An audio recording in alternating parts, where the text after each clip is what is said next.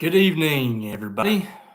Welcome to Talkin Dawgs. I appreciate you guys being on here with me. I'm Robbie Falk from 247 Sports and also the Starkville Daily News. And we're here to talk Mississippi State. This is our weekly live chat here on YouTube. I appreciate you guys that have subscribed to this channel. Um, Nothing just extravagant here. We just talk about Mississippi State. We talk about kind of the week that was and the week coming up for the Bulldogs. And right now we're in crossover season for Mississippi State football crossing into basketball. Pretty soon it'll be basketball crossing into baseball, and it's something that never really ends until sometimes late June. Um, is what happened last year when Mississippi State won the national championship in baseball. We weren't done with sports until almost July, so that's always fun when that happens. So we'll see how this year transpires. So big weekend coming up for Mississippi State. And if you were a fan of Mississippi State, I can't imagine a better weekend of Mississippi State athletics, especially in the fall. In the spring, we have Super Bulldog weekend at Mississippi State, and you'll have softball and baseball and tennis and things like that for a fun weekend. In the fall, you have a huge weekend coming up at Mississippi State. Number one, Georgia on Saturday for Mississippi State football. But on Friday, big time atmosphere in Starkville. Soccer will be hosting New Mexico State tomorrow afternoon at 3 p.m. And that's the start of the NCAA tournament. At 5:30, you can walk just a couple hundred feet away to Humphrey Coliseum, and you can go watch Sam Purcell and the women's basketball team in his second ball game as head coach of Mississippi State. They're going to take on North Alabama. Of course, the big feature of that ball game, Mississippi State legend LaToya Thomas, one of, if not the greatest players in Mississippi State history across any sport, much less women's basketball. They will be raising her jersey into the rafters alongside former Mississippi State great Bailey Howell, who played for the Bulldogs back in the 1950s, I believe. And Bailey Howell, of course, in the Basketball Hall of Fame, and also one of the greatest of all time at Mississippi State. He is the only player that has had his jersey hanging in the rafters at Mississippi State, but now LaToya is going to join him. Also up there, of course, Babe McCarthy, the great coach of Mississippi State, and Jack Crystal. So it's a tremendous honor for LaToya Thomas. And Sam Purcell is pushing the fan base to try to pack out at least the lower bowl of the stadium at the Hump tomorrow. So that should be fun. After that, of course, you can go over to volleyball at Newell Grissom. They're playing number 19 Kentucky. So huge Friday on tap, followed up by that Saturday with Mississippi State versus Georgia. And then on Sunday, you got the men's team playing Arkansas Pine Bluff, also with new head coach Chris Jans. Really exciting time at Mississippi State. And we'll talk a lot about basketball, of course, football as well. But the two coaches at Mississippi State have brought a ton of excitement to both the men's and the women's in basketball. And we'll dig into those two wins for the two coaches and their debuts at Mississippi State. But a great start for them. Football team has a big time challenge ahead of them too, coming up this weekend. Number one Georgia 9-0. They just moved up to number one after their win over Tennessee. This is defending national champions, the defending SEC champs of Georgia, and this is a team that's coming in. They're hungry for a SEC championship, and they're hungry also for a national title. And for Mississippi State, they're trying to get their second win ever over the number one ranked team. It's going to be very difficult, but game is sold out. Should be a great atmosphere in Starkville, 6 p.m. on ESPN on Saturday night. So, and we'll kind of discuss a little bit about that game as well. A reminder, this is a free forum in here. You guys drop in your thoughts, concerns, questions into that chat box over on the right side of your screen. We'll talk about whatever you guys want to talk about. I'm not going to be all in on one sport tonight. If you guys want to talk women's basketball, men's basketball, soccer, whatever, or football, just throw it in there. We'll talk. So we'll start it off with Jay in Baltimore. I think I unfortunately know the answer, but who has the better chance of pulling an upset this weekend, the Dogs or the Rebels? I'm going to go with Ole Miss because Alabama is not the unbeatable force that it has been in the past. I don't think Georgia is either, but Alabama has a lot more chinks in that armor than Mississippi State does, as evidence to 2 losses already for them. I mean, they're basically out of the playoff race already, and right now, I mean, they're gonna have to have LSU lose another 2 times for them to have a chance to win the SEC West. So I definitely think Ole Miss has a better shot there, and also Ole Miss's offense is more dynamic than Mississippi State's. I think they can score some points against Alabama's defense, and they have the last couple of years when Lane Kiffin's been there. So I mean, I think that's going to be the greater option for the upset there. Having said that, I think Mississippi State's chances of beating Georgia are better than they were beating Alabama. Playing at home, they've shown the ability to play fairly well against Georgia, which they did in 2020. So I mean, it's not going to be something that I think is just impossible for Mississippi State. I think the odds are just very, very low in that game. But I would definitely take Ole Miss over State winning this weekend. Cameron, what's up, man? Cameron White. What's your expectations or outlook for the women's basketball team? I know it was Mississippi Valley, but it was encouraging what I saw. Yeah, I thought they looked really good. Probably exceeded my expectations a little bit for game one. I thought they would win pretty handily in that ball game, and this schedule sets up nicely for them on the front end just to get some confidence and build that chemistry together because you do have a lot of new faces out there on the floor for Mississippi State.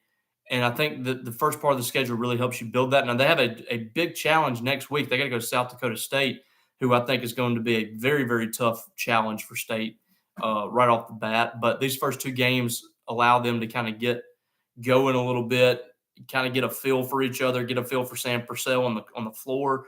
But I was really impressed. I thought that they came out and really played well as a team.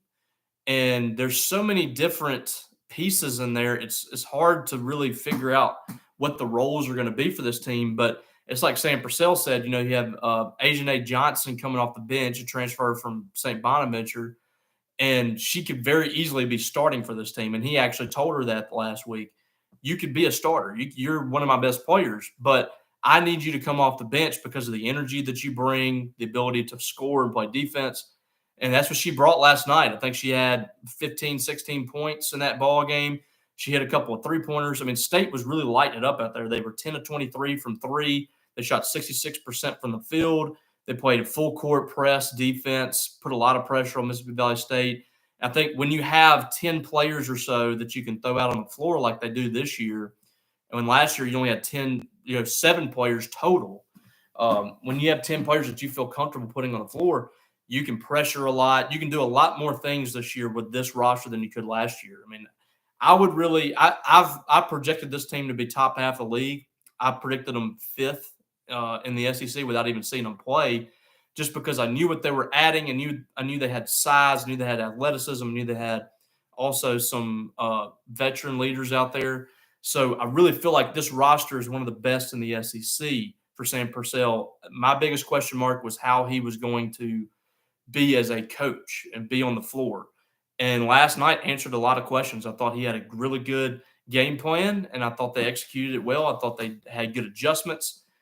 He was coaching on the bench. This is a really good staff. So I think as a State fan, you should be excited for what you're seeing right now with the women's basketball team, and we'll see if that progresses on Friday.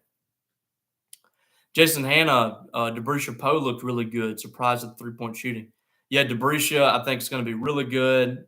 True freshman out of Meridian, was the Gatorade Player of the Year for Mississippi State and out of Meridian, or for the state of Mississippi. And I think she had 8 points in that first quarter, hit a couple of three-pointers. She's going to be really good on both sides of the ball for Mississippi State. And I think, a player that should start all year long. She's different. She's just got a different kind of personality for a player that age, and she handles herself like a veteran. Jay in Baltimore, Greg McElroy made the comment, LSU, currently 7th, could win out, including the SEC championship, and still not make it in the playoffs. Crazy talk? Yeah, I think at that point they're going to get in. There's no way I see that happening. I think that's a bit of a stretch. You got a 2-loss LSU team who at that point, let's see, they were They lost to Tennessee, and they were, I think, 5-2, 4-2, something like that. And I mean, you're talking about at that point, you would have won 5 or 6 straight games to end the season. You would have beaten Alabama. You would have beaten Georgia or Tennessee, one of those two. It's really hard to believe that they wouldn't make the playoffs. As a matter of fact, I can guarantee you they will make the playoffs if they still have 2 losses and they win out and win the SEC championship. There's no way. They're going to move up 3 spots before then. They might not be the number 1 team in the country, but they are absolutely going to be in the playoff. John Kay, an Alabama friend, told me after we lost to them earlier this season, they said Georgia has Vandy in the East for an easy win every year, and Alabama has Mississippi State in the West. I mean, until otherwise, I mean, there's nothing I can say to dispute that. State has not really been close for most of these games during Nick Saban's tenure. I can think of, after the loss that Bama had in 2007, I can think of maybe 2 games that I would consider really competitive. Maybe 3. I'll say 3 games. 2013, I thought State was close. 2014, State was in position in the fourth quarter. And then, of course, 2017, State was in position to win that game. But outside of that, I mean, you're talking about 10 other games that have been blowouts. And Mississippi State's had trouble scoring. They had to score with 1 second left in this last game to get a touchdown. This is the first touchdown they've scored since 2019. So it's just, it's hard to dispute that. And for whatever reason, Mississippi State just cannot compete with Alabama. And that's, I mean, I know some of the reason is it's Alabama, but most of these teams outside of, Vanderbilt or Missouri have been competitive in some games with Alabama recently. They've been able to score points. They've been able to stay close in those games. But for whatever reason, Mississippi State has had some kind of – it's like Alabama has some kind of voodoo over them. They just cannot get over the fact that it's Alabama. So, yeah, I mean, I can't argue a whole lot with that statement. I wanted to mention a little something about the men's team. Chris James and company, 63-44 against Texas A&M Corpus Christi. And that might not look, really impressive to some people, but Corpus Christi is returning most of their roster, and they were an NCAA tournament team last year, and this is, Mississippi State's first game. I was impressed in what I saw with Chris James' team. Maybe not offensively. I think offense is going to be a bit of a struggle with this team until Jans can start recruiting some players that can really score. But the defense was and the adjustments that the team made, I thought was really impressive. They go up 30 points in the first half and 14 the entire second half. You hold an NCAA tournament team to 44, and that's pretty sharp. And I thought that's some of what we saw too. A lot of what we saw from Chris Jans at New Mexico State. He did the same. He did the same stuff there. I mean, his defenses have been good wherever he's been. But State just kind of relying heavily on Tolu Smith. He had 19 and 11. Thought looked the part. 8 of 10 shooting. I mean, he looks like a healthy Tolu Smith that's ready to have a huge season. And State's got to have it this year. Cam Matthews, I thought was pretty darn good defensively. Shaquille Moore, 11 points in the game. State for the entire game, State was really impressive on the defensive side of the floor, but it's just the offense. It's just going to take some work. 6 of 25 shooting from 3. I mean, that's going to be that's tough there. That's going to be tough for Mississippi State to contend if they're shooting like that. They're going to have to get better shooting the basketball. But I mean, if you're holding teams to under 60 points, you're going to have a shot in most games. And I'm not saying they're going to do that against everybody, but I really believe that they're going to get better and better as the season goes on. I like this team just because it's coached by Chris Jans. I think it's a team that's, like I said, going to continue to develop and get better. There's going to be some ups and downs with this squad. I think the women's team has a better shot of making the NCAA tournament, but that shouldn't be your end goal with this team. Your end goal is just to be better as the year progresses and have a chance. If that happens, have a chance at postseason. My goal for this team is NIT, and that might be setting the bar too low. But I just want to see this team get better. And if they end up in the NCAA tournament, then you're way ahead of schedule because I think Chris Jans is going to do some good things here. He's a guy that really gets it. I think both of these coaches really get it. Sam Purcell and Chris Jans, I think both of those were great hires by John Cohen. And I would be shocked if those two don't win here.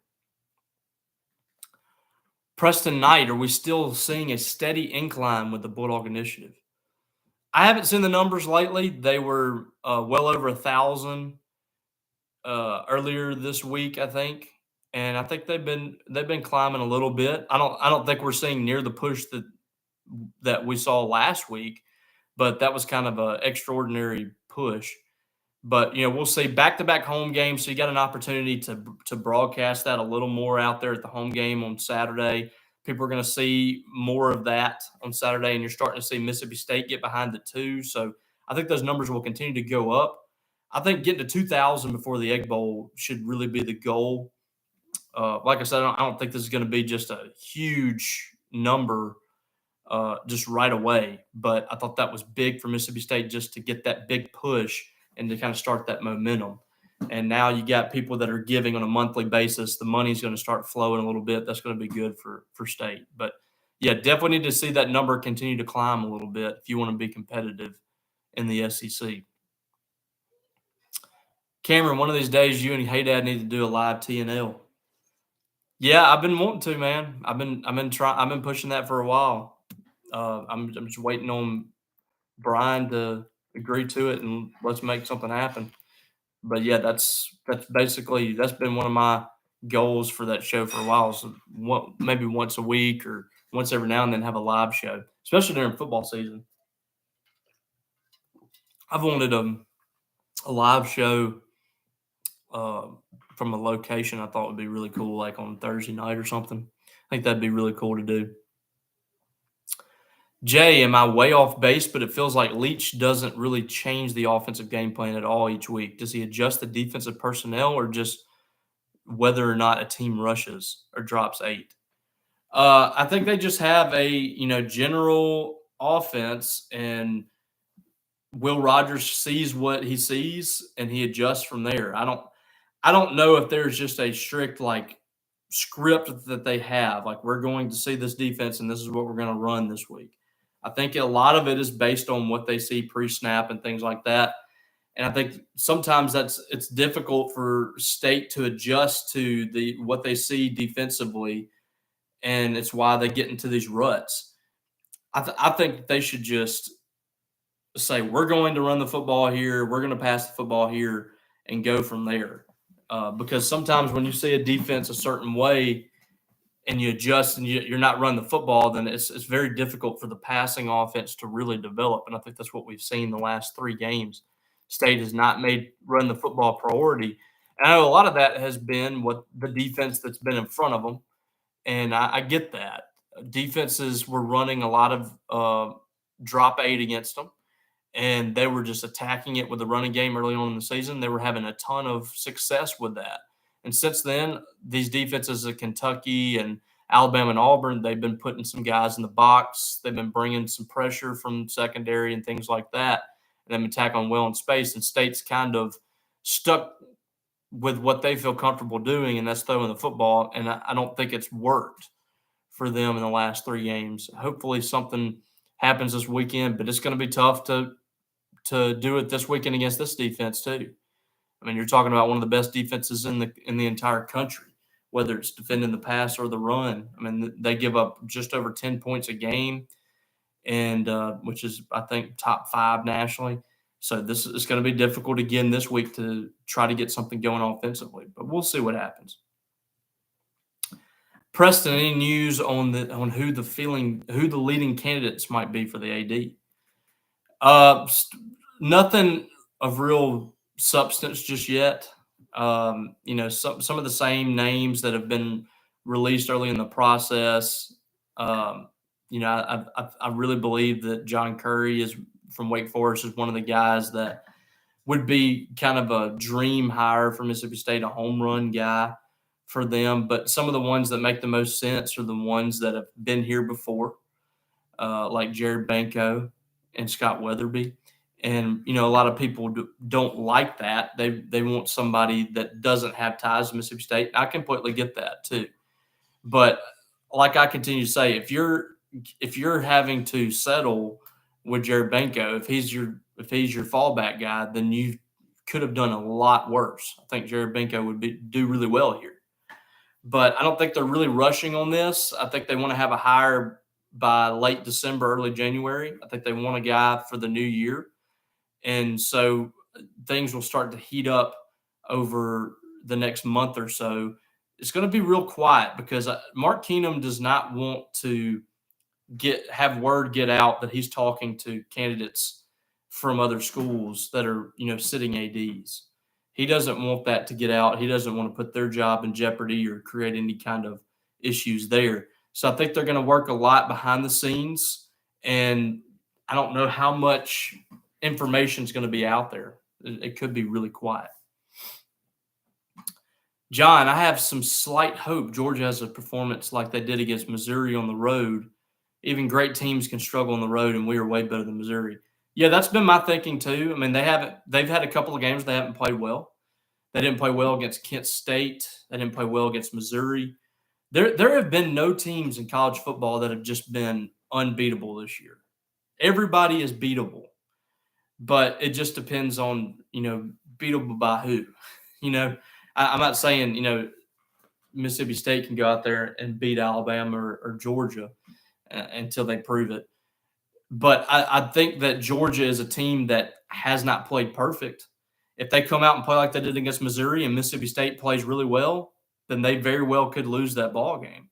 They're not a team that can afford to come out there and lay an egg and get out of Starkville alive, I don't think. I think State is a good enough team and a veteran enough team, experienced enough team. They can win that ball game if Georgia does not play their best. But it's probably going to take that. I don't think if both teams play their best, Mississippi State can win that game. But if Georgia plays down a level and Mississippi State's playing their best, I think that game is winnable for the Bulldogs of Mississippi State. So that's kind of what you're dealing with that. But certainly if they play like they did against Missouri or against Kent State, then they could be in trouble in that game. I predicted 13 points, I think 13 or 14 points for Georgia. So I think State can cover in this game. I think they're going to play well, in my opinion. They can come out and lay an egg, but it just feels like State's going to play up to the competition and play a good game this game. So, all right, any more questions? A little light night tonight. Jay, I love how Hardy shows his support for MSU. And any indication of how the folks up at T-Sun feel about that? I don't know. I don't know what their preferences are music wise. I would imagine a lot of the Ole Miss students are probably, they don't lean into that style of music, but I mean, I don't know. I think Hardy is more of a Mississippi State guy anyway. So, and I don't think he really cares. But his wife went to Ole Miss, so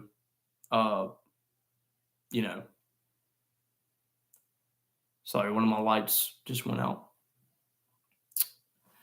Tommy, all my UGA fans are already whining about the cowbells. Do you think our crowd can make a difference? Yeah, absolutely. The cowbell thing has started to come back up for whatever reason. I think Auburn, every time Auburn comes to Mississippi State, it gets ramped back up. They complain about it, especially when they lose the game. It's like it's been an Auburn thing since Shug Jordan, and has like passed over to every single coach, and the fan base has passed it on to their kids. And I think they kind of stir that stuff back up. Now, last week, I'll admit, State did not. They kept ringing the cowbells. They did not stopped during the play for several times. Especially when that game got down to the fourth quarter and started to, get very tight, the crowd began to ignore the ring responsibly thing. So, it is what it is. State obviously has an advantage with those cowbells, but for the most part, State's done a pretty good job of making sure they don't ring those during plays and things like that. I'm really sorry about the light. I mean, it literally just went out, and now I look like I'm sitting in the dark. I apologize for that. All right, any more? Have an early night tonight. That's okay. Again, encourage you guys to get to Starkville this weekend, and if you are, go check out all these sports. I know this is a dream for people that are retired and they come down for the weekend to have a chance to go to all these sporting events. Pretty cool. So go check it. Make sure you're checking out all these sports that you might normally not get to go to, with soccer, women's basketball, volleyball, and then men's basketball on Sunday. I mean, it's a full weekend for you guys. Jay, got to get a little baseball update from you. I've seen a bunch of 2023 commitments the last couple of days, and it looks great so far. Yeah, I mean, they have I don't know what this thing is spamming right here. Let me take care of this.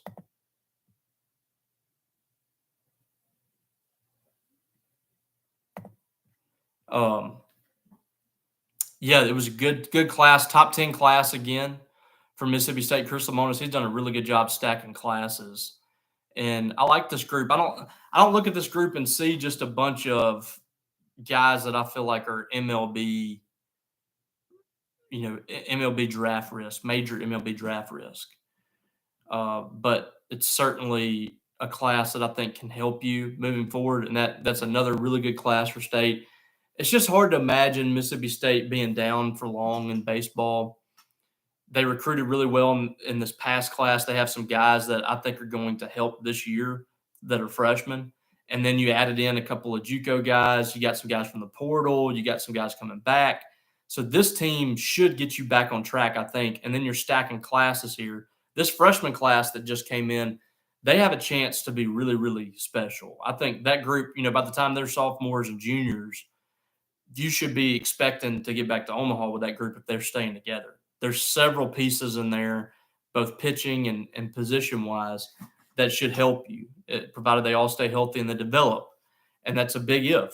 But Chris Lamonis and his staff are not sitting by idly and just resting on that national championship. That crew was very upset about what happened last year. They were upset that the fans were upset. I promise you, those guys want to succeed as much as anybody in this fan base too. So I really believe that baseball program is going to get back to where you guys want it to be, because they've really recruited well.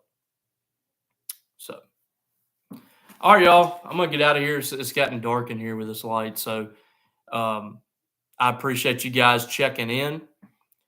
But we'll talk again next week, of course.